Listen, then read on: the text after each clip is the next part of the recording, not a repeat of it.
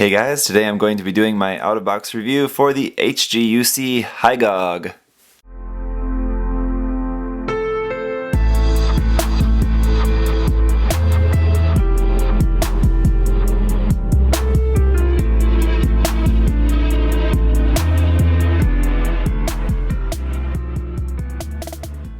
Now again, if you guys saw my unboxing, you know that just buying and building this kit was really just kind of out of nowhere. I just suddenly was looking at it and I saw some pictures online of a custom build and I thought, that's a really cool kit actually. Why have I never thought really too much about that kit? So I really wanted to try it out. So I ordered one, got it, built it up, and I'm reviewing it here for you guys. And I do want to start working on this and painting this kit very soon, as soon as I get the chance. So before I do that, I just wanted to do an out-of-box review for you guys just to see how you're going to get it if you aren't going to be doing any painting. Really cool design, and it really had a pretty cool effect there in the anime as well, in Stardust Memory, or sorry, in 0080 War in the Pocket, that's what I meant to say. Had a really cool appearance there. So let's go ahead and take a look around this very unique design. I think maybe that's one of the reasons why I never really thought too much about it before, because a lot of these more unique old style Xeon designs don't really appeal to me too much, like the ZakuAurelius and the Gogg and things like that. I'm not really too into, but this one, actually it really is kind of cool. So I'm definitely looking forward to painting this. I'm basically going to paint it in a kind of Machine and Krieger kind of style paint scheme. So if you guys are familiar with those Machine and Krieger kits, Mac K kits, it's kind of the painting style that I'm planning on going for this kit. So I think it's going to end up looking really, really cool. So I'm definitely excited. I'm definitely going to change up the color scheme. But just to talk about this kit, I guess let's try to keep it focused on the review here. It is going to have a few stickers, basically just a few little red stickers on a couple of the verniers on the top of the shoulder, one on the front of the arm, you may have seen that, and then on the eye it has a black sticker that kind of goes around the mono eye, and then of course we have this marking sticker there for the rank on the top of the head. You can just sort of put that there if you want. I have that there for now, but on my finished painted kit I won't have that on there. There are a couple more stickers on the accessories, but we'll come back to that. Otherwise, let's go ahead and take a closer look at the kit. So here on the head, which is also the torso, nothing's going to move here really, but there you can see is the mono eye, and you really can't see it because it's a clear pink piece, which is a good idea kind of in theory. If you threw an LED unit inside there, and there's probably plenty of room to put an LED inside of there, probably wouldn't be a bad idea. I'll have to see. I've never really worked too much with custom LEDs, but I guess it would be a good opportunity to do so. So I don't know, I'll think about that. So there's a clear pink piece inside of there. If you don't have any LED inside of there, it's really not going to be showing up all that well. And it is a shame that it didn't come with any sort of sticker for that, just a small little pink sticker for the mono eye. We got a black sticker though, which is to go around the mono eye just to kind of make it more dark looking inside there, I guess. I don't really know how else to put that. In the waist, it's not going to go forward or back or anything, it's just going to rotate like so. Again, this kit is from 2003, so don't expect too much. The thrusters on the back don't really move, nothing going on there. The shoulder pieces are going to move up and down. One thing this kit does have is a lot of seam lines, unfortunately. One of the biggest ones being on the shoulder piece. It's got a seam line going all the way across the top of there. Not going to be the most difficult to remove, but again, just something you're going to have to keep in mind. There's one on the top of the torso as well, but it kind of looks mostly like, for the most part, a mold line, except for kind of maybe here, right at the base of the shoulder, but you just put that up and you're probably not ever going to notice that, so I'm probably not going to worry too much about that one.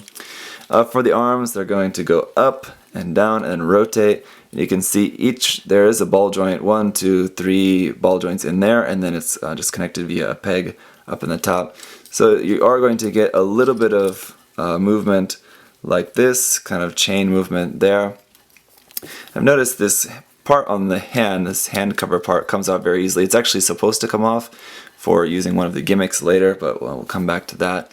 Then here at the sort of wrist, I guess it would be, it does rotate there as well, and then it has a bend about 90 degrees there, which obviously it looks a little bit goofy actually, because we have this organic looking bend in the arm, and then just this like kink right there at the end. Looks a little bit weird, but it is pretty nicely articulated arms there to do whatever you want. And if you want to have them up like that, it holds the weight of that just fine. With this being on a series of ball joints, I worry about like one being a little weak and it's sort of like falling like that, but for the most part they stay up fine, and once the paint is on there, I'm sure it's going to have no problem. Now the fingers are individually articulated and go out to about that far is the length of that. I'm sure what you could do, and what I might do, is make these sort of gaps in this hand cover piece, make the gaps a little bit larger to give the fingers a little bit more range to go out, but possibly it's really not too necessary.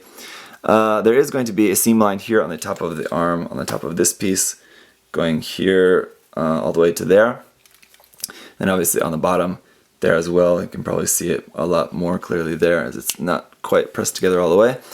Luckily on these parts here, the 1, 2, 3, 4 armor parts for making up the arm, there's no seam lines there, but on the gray pieces inside there is a seam, but it's going to be mostly hidden for the most part. I will, I don't want to talk about this too much because I'll talk about this in a work in progress, but I will glue the seams on the inner gray pieces. So that's for the arms, and then for the legs are going to, although they're odd shape, they're going to move basically similar to a normal leg. We have just a rotating piece there. This kind of armor piece is just kind of free floating there. It does have a place where it's supposed to rest, but it doesn't really fit too firmly onto there. This part here at the top does fit firmly onto there, but it does move a little bit up and down like that. So we're going to have a bend in the knee, just a little bit of a bend there. I can actually go back and then bend forward like that. This knee piece does have a seam there. Sorry, not the knee piece, the lower leg piece does have a seam on the front, and on the back it's kind of mostly hidden by this fin here, but there at the bottom there's going to be a little bit of a seam there as well. So that's it for the legs. In the ankles are able to come forward about that much, and some pretty cool, nice mechanical detail inside of there. There is going to be a seam on that piece as well, but again, very easy to get rid of and really not all that noticeable. As for the kind of toes, the front, outside, and back one are going to be the same. The inner one is this smaller one like that. Those are able to close for its, what is it called, cruising mode. To do that, pretty nice sort of details under here, but it doesn't really look like anything. The middle part is kind of cool. Under the toes though, it's kind of like looking at the bottom of a Lego piece or something. It doesn't really look all that good, to be honest, but probably never really going to see that. If you'll notice, up under the waist there's no action base connection point, so if you do want to use this on some sort of action base, you're pretty much out of luck. You'll have to do some sort of modding. Just drilling a hole there would be the easy way, but even that, I don't know how well this would rest on just one peg. It's not really the most heavy kit, so it probably would be okay, but even like the fork style action base connector is not really going to fit, just because the size of this hip sort of piece there is quite large, so it's not really going to fit over that. So that is pretty much it for the articulation. There's kind of a lot of articulation in this kit actually, so there's quite a bit to go over there. And just to give you a look at a size comparison here it is compared with the RX-782 HG Revive kit. You can see the Hy-Gogg is roughly similar in height. If you kind of count the height of the shoulders, which actually come higher than the head, it's going to be pretty similar in height, but obviously in overall like width and bulk, it's going to be quite a bit larger than a Gundam. So it's going to be a relatively sizable 1/44 scale kit, just in terms of its kind of overall size. Now for accessories for this kit, the first thing is a jetpack. Now this is molded all in this very bright orange color here. Pretty nicely designed though. It's pretty simple. We do have a seam line going around, all the way around the sort of main body part. This actual thruster bell is a separate piece, this antenna is a separate piece. But it is really nice. This is just going to attach onto the back via a peg hole there. And then that's it. That's the jetpack on the back. Then we have two missiles, which are also just two pieces sandwiched, so these are also going to have a seam line on them. And these are just going to plug into the hands, like so. And that's all there is to it. So if you do want to have these sort of like looking like it's firing like that. You can sort of just have it something like so. So that's it for those. And then when you have the fingers closed up, the length of them will be just longer than the missile itself. So I believe that's probably on purpose, sort of like as to protect that when it's not being fired. They don't want to have it longer than the actual fingers. And then the last thing is these two kind of containers for the hands when it's in like cruising mode, or just a cover for the hand missile unit basically. And this is two white stickers that wrap around each one. And then these are just going to open like so. You do have to do a little bit of kind of taking some stuff apart in order to put these onto the hands. If you want to keep the arms on there and just put this on the hands, what you need to do is to remove this hand cover, which was coming off so easily before, and now I can't get it off when I'm trying to. And then remove the fingers, so remove kind of the inner part, and then you're just going to close this up around that, like so. And there you go, that's what that is going to look like. If you just want to have it something like that, you can do that. But then if you want to actually just totally remove the arm, which is what you're going to have to do for cruising mode, you just remove this whole section, then just plug this back there where you did have the arm. So basically it's supposed to be like the arm is sort of retracted up into the body. Then you just bring that down and bring the shoulder armor down around that, like so. And then, let's see, once we do that to both sides.